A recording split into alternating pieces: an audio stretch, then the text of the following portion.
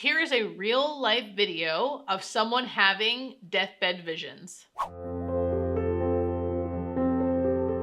Before we talk about it, I want to show you the video. So here's the video.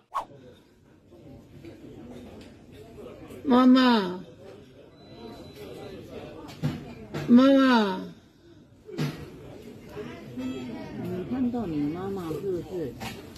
是你看错了啦，不是你妈妈啦，是你妈妈吗？你确定是你妈妈吗？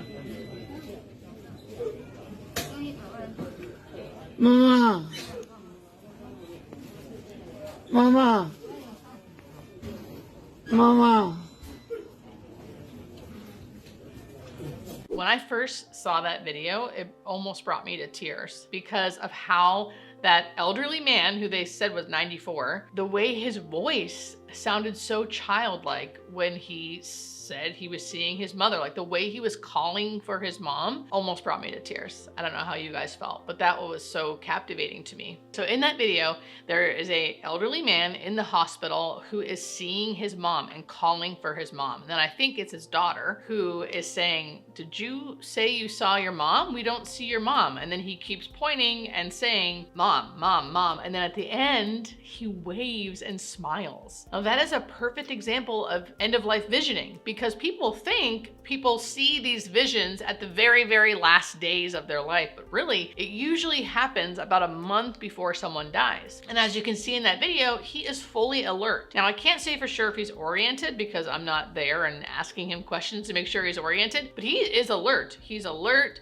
he's fully seeming functioning, and he is seeing his mom who no one else is seeing. From my experience as a hospice nurse who has witnessed people seeing deathbed visions, this is exactly how it happens. So the person is usually certain they're seeing them, very comforted by it, and alert and oriented when they're experiencing it. I know that many of my followers are going through a lot, whether it's because you have an illness or you love someone that has an illness or you're grieving someone that had an illness. Caring for someone while they're dying or grieving someone after they died can make you feel isolated, alone, and overwhelmed. I've never been afraid to talk about my struggles with grief, with anxiety, with mental health in general. And there were periods of my life that I had a lot of therapy, and that therapy literally saved and changed my life. Unfortunately, I think money and time are the two obstacles that can get in the way of people really getting help. It's hard to find the time and the money for a therapist.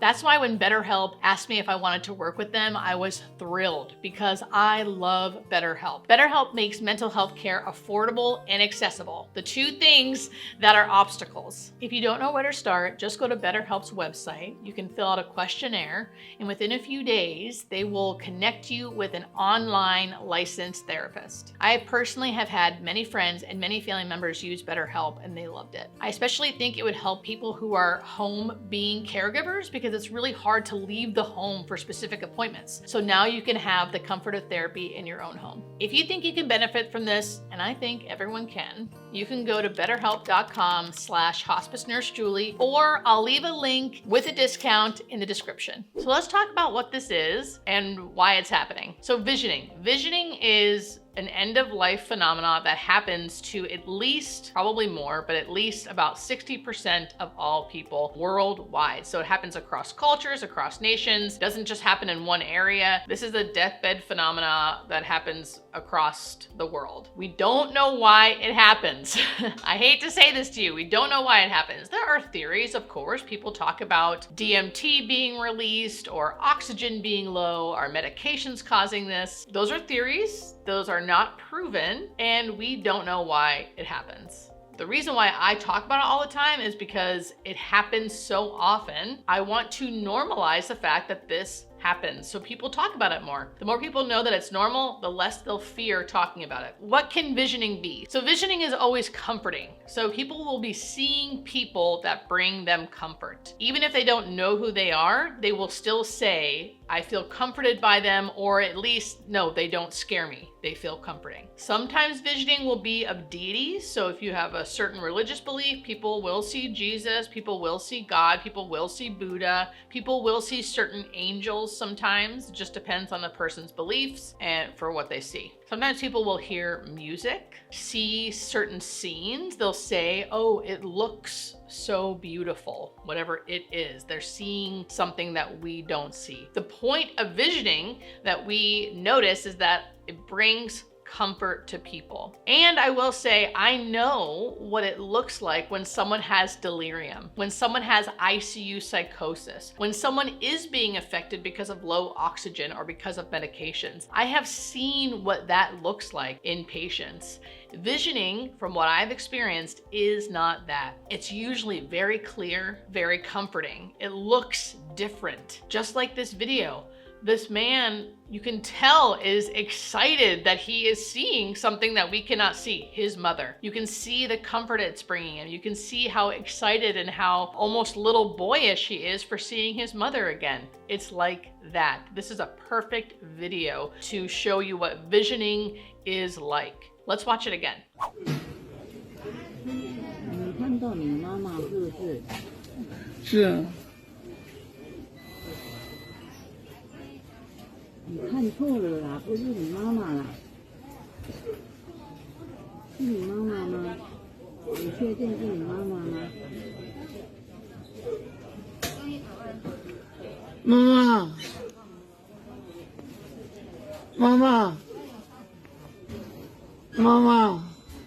I just wanted to show that one more time so you could hear his voice change and see how like bright and light his face looks when he is clearly seeing something. And they even pan the camera to where he's looking, where we clearly see nothing. But you can visibly see the change in him when he sees his mom. And I think that's a really clear distinction of what visioning is like, because that's the stuff that I witnessed at my job, is people acting like this man is acting when they see who they are seeing. And those are the things that bring me great comfort. Again, we don't know what it is. I don't claim to know what's going on, but I do see how it brings comfort to the person who's witnessing it, and to the loved ones around them, knowing that their loved one is being comforted at the end of life. There are other deathbed phenomena that I talk about. I have a whole chapter in my book, chapter 6, actually called Deathbed Phenomena. I can briefly talk about them and I can get into them later in more detail if you'd like. The number one phenomenon we see is terminal lucidity. The nickname for that is the rally or the surge. That's when people have a burst of energy right before they die. So they look like they're going downhill, like they're going to die, and then suddenly, boom, burst of energy. They have a really good couple days. Their personality comes back. They're hungry. They could be walking, talking, seeming like they've almost gotten better, and then they die suddenly afterwards. So if someone gets better and then doesn't die, that's not terminal lucidity. Terminal lucidity is